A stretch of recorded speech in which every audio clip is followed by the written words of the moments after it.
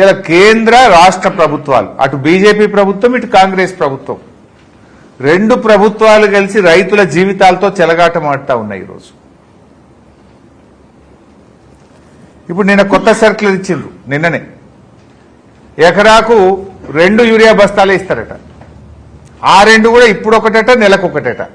ఆ 2 బస్తాలకు తిరగాలన్నట యాప్ కోసం.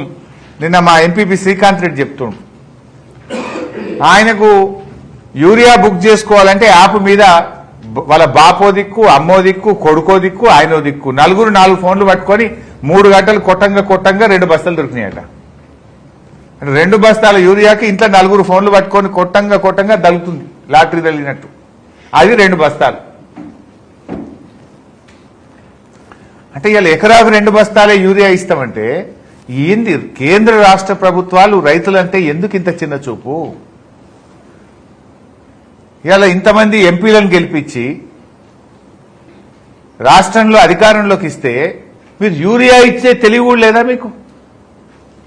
కేసీఆర్ గారు ఉండగా ఆటో డ్రైవర్ చెప్తే ఇంటికాడ వచ్చి యూరియా వేసిపోయింది కదా. ఇక 2 బస్తాలే ఇస్తారట. మా చిన్నకోడూరు మండలం మొత్తం మిర్చి పండుతుంది, కొంత నంగనూరులో కూడా మిర్చి పండుతుంది. రాష్ట్రంలో అనేక చోట్ల మిర్చి వేస్తారు, వరంగల్లో కానీ ఖమ్మంలో కానీ చాలా జిల్లాల్లో వేస్తారు. మిర్చి రైతులు ఎకరానికి 6 బస్తాల యూరియా వాడతారు, 5-6 బస్తాలు యూరియా వాడతారు. నువ్వు 2 సంచులు ఇస్తే మరి మిగతా 4 సంచులకి అడిగి పోవాలి.